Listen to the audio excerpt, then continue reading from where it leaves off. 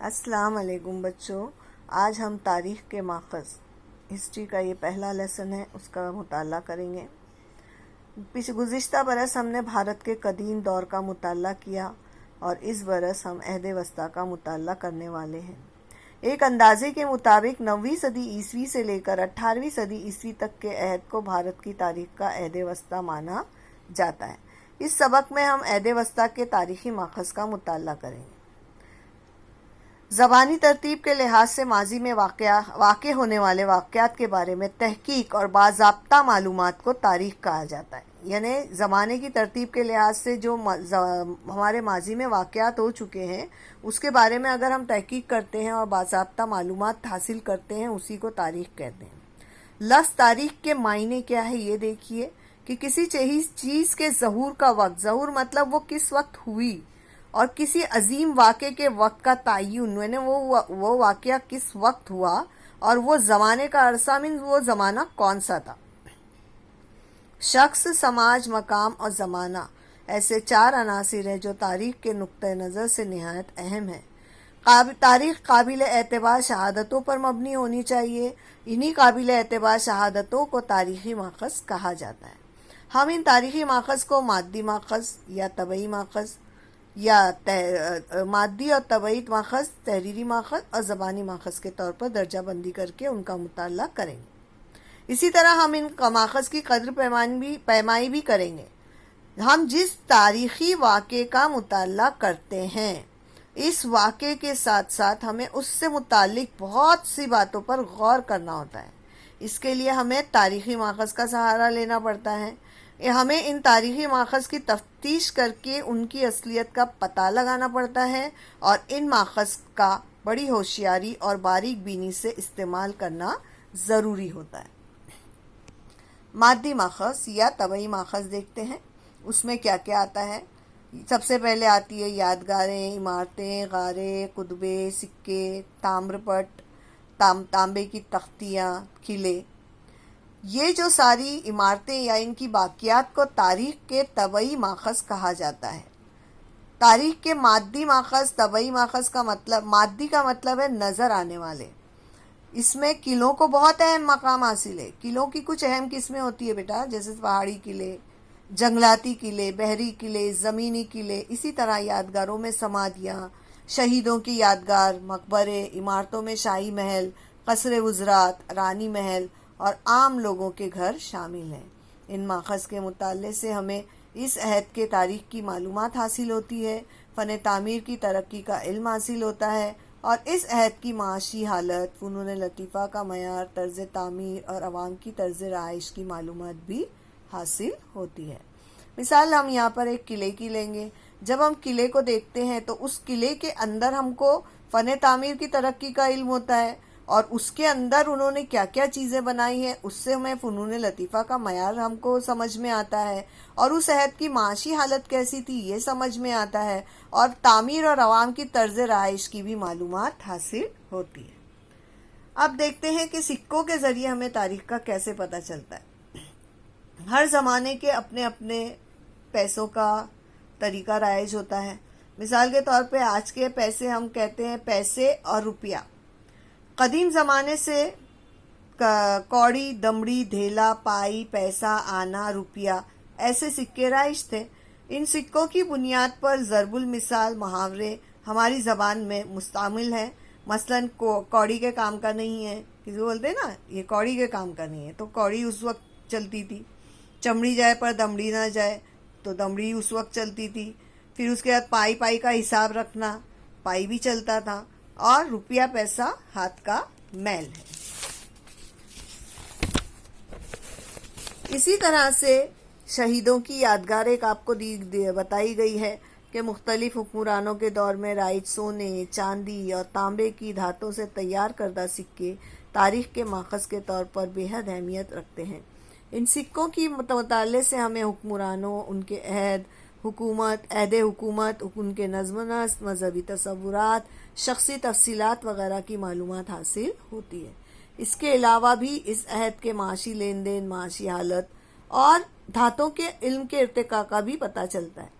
مغل شہنشاہ اکبر کے رائج کردہ سکوں پر رام سیتا کی تصویروں یا حیدر علی کے رائج سکوں پر شیو پاروتی کی تصویروں سے ہمیں ان حکمرانوں کے عہد حکومت میں پائی جانے والی مذہبی ہم آہنگی کا علم ہوتا ہے۔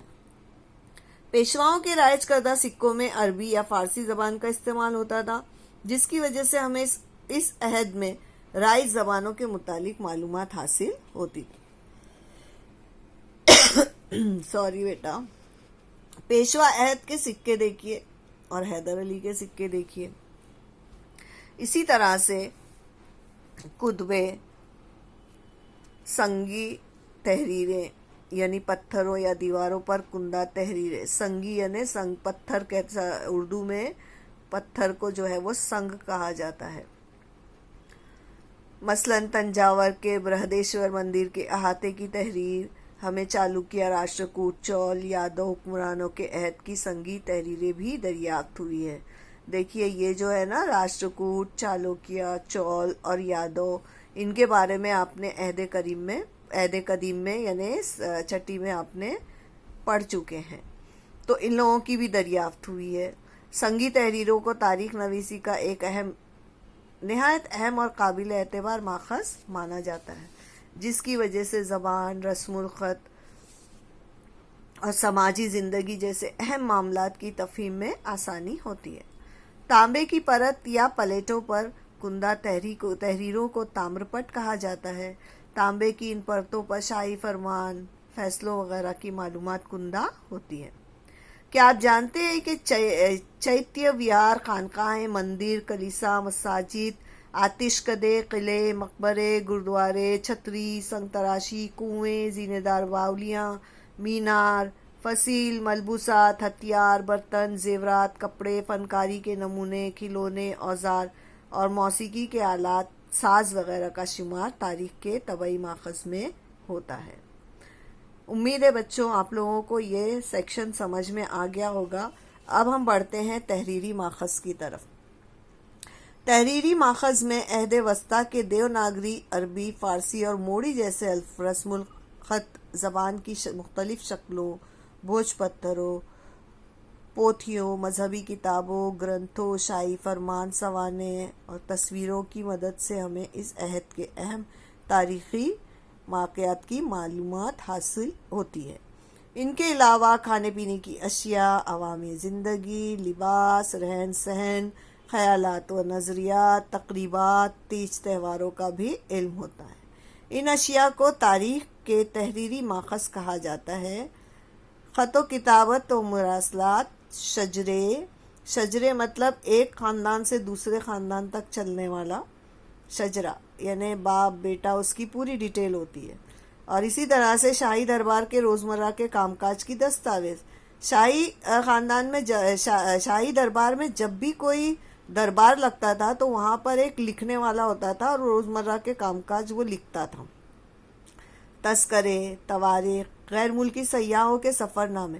کوئی غیر ملکی آتے تھے اپنے ہندوستان وزٹ کرنے کے لیے، غیر ملکی مطلب وزٹ کرنے کے لیے جو باہری ممالک سے لوگ آتے تھے، اور تو وہ اپنے سفر نامے لکھتے تھے کہ ارے ہم لوگ جیسے ہم لکھتے ہیں نا، ہم کہیں بھی گھومنے پھرنے جاتے ہیں تو ہم اپنی روداد لکھتے ہیں اردو میں، تو اسی طرح یہ لوگ اپنے غیر ملکی سیاح آتے تھے تو اپنے سفر نامے لکھتے تھے۔ اس سفر ناموں میں اس وقت کے جو بھی وہ ہوتے تھے بادشاہ ہوتے تھے ان کے بارے میں معلومات دیتے تھے۔ اسی طرح سے گرنتھ اور سوانح، شاہی فرمان اور اس کے فیصلے وغیرہ بھی اس میں شامل ہوا کرتے تھے۔ اس کے بعد عہد وسطیٰ میں غیر ملکی سیاح بھارت آئے، انہوں نے اپنے سفر نامے تحریر کیے۔ ان سیاحوں میں آپ کو ایک اگزامپل دے رہا ہے، البیرونی، ابن بطوطہ، نیکولس منونچی اور وغیرہ شامل ہیں۔